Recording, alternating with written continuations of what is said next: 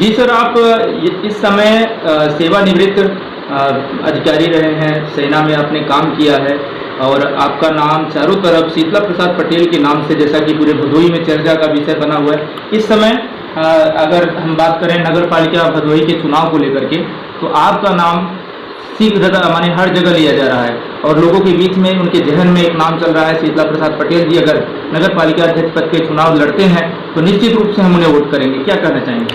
महोदय, सर्वप्रथम मैं देशवासियों को, प्रधानमंत्री महोदय जी को, मुख्यमंत्री महोदय जी को धन्यवाद करता हूं कि पूर्व की सरकारों की अपेक्षा आज देश में बेहतर हो रहा है, विकास हो रहा है, लोगों की समस्या का समाधान हो रहा है, देश के भविष्य के बारे में चिंतन मंथन कर देश के लिए एक स्तंभ स्थापित किया जा रहा है।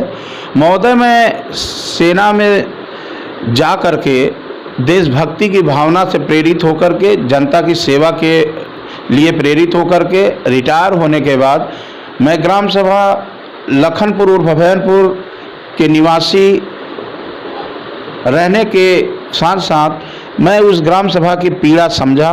मैं उस ग्राम सभा में चुनाव लड़कर 2015 में विजेता होकर के ग्राम सभा का मैं तहे दिल से ग्रामवासियों का धन्यवाद करते हुए सेवा किया और काफ़ी समस्या का समाधान 95% करने में कामयाब रहा।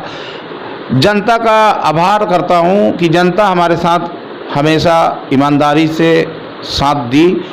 उन्हीं भावनाओं को देखते हुए मैं नगर पालिका परिषद भदोही का नेतृत्व के लिए भावी प्रत्याशी के रूप में भाजपा के तहत दावेदारी रखा हूं।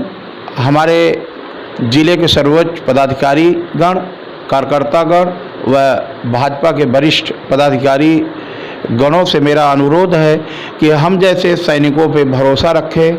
हम लोगों का वजन पूरे देश पे देश का है और देश के लिए हम मर मिटने के लिए सदैव तैयार रहते हैं।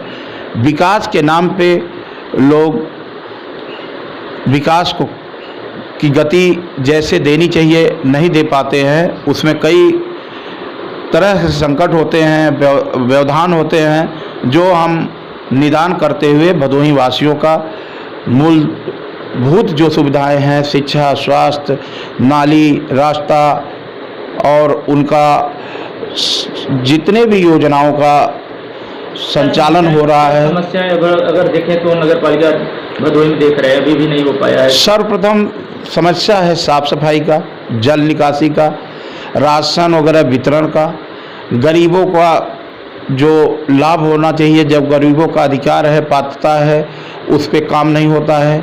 जनप्रतिनिधि लोग इतने व्यस्त हो जाते हैं कि सुनवाई नहीं होती है और नगर पालिका स्तर पे जो भी कर्मचारी या अधिकारी हैं उनसे सही ढंग से काम नहीं लिया जाता है और जितने भी जनप्रतिनिधि हैं कमीशन खोरी करते हैं, जो कि विकास के लिए बाधा होती है और विकास जिस गति में होना चाहिए नहीं हो पाती है।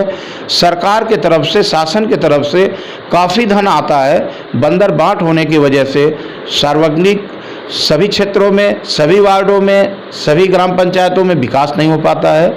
यही एक जरिया है कि लोग विकास के लिए तरसते रहते हैं। वोट देने के बाद पछताने का काम करते हैं, जो कि अगर जनता चाहेगी, जनता के द्वारा हमको अवसर मिला तो इस पे टोटल हम पर्दाफाश करेंगे, विकास करके, विकास सेवा करके। मुख्य एजेंडे क्या होंगे? विकास कार्यों में क्या क्या शामिल है? हमारे मुख्य एजेंडे में है कि भदोही में एक कारपेट नगरी है।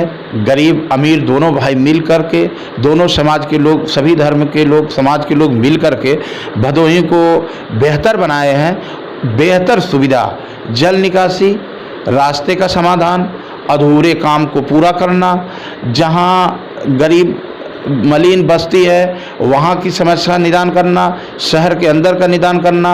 अभी 28 गांव नगर पालिका के अंदर सम्मिलित हुए हैं, जहां काफ़ी समस्या है, जिसका विकास सिर्फ ग्रामीण क्षेत्र के प्रत्याशी ही कर पाएंगे।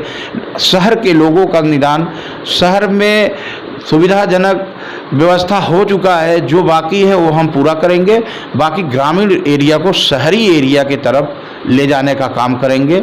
और मैं चाहूँगा कि स्वास्थ्य, शिक्षा को मजबूत बनाने के लिए मैं काम करूंगा। भदोही में बाहर जाकर के बच्चे, हमारे नौजवान भाई पढ़ते हैं, बहन बेटियां पढ़ती हैं, उनके लिए यहाँ बेहतर कोचिंग की व्यवस्था, शिक्षा की व्यवस्था, सभी नगर पालिका के अंदर जितने भी प्राथमिक पाठशालाएं हैं सभी को बेहतर संचालित करने के लिए हम कसमबद्ध हैं और जनता की सेवा करने के लिए कसमबद्ध है।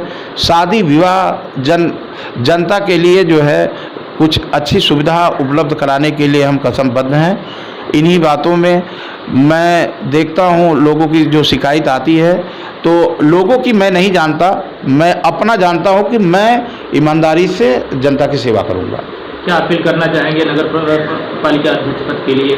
लोगों से क्या अपील करेंगे? लोगों से अपील करेंगे कि आप ईमानदार हैं, ईमानदार को चुने और भ्रष्टाचार को मिटाने के लिए मेरी लड़ाई चल रही। जैसा कि हमारे योगी साहब ने कहा है कि आप दलाली छोड़िए, कमीशन छोड़िए, अधिकारी कर्मचारी को हम देख लेंगे।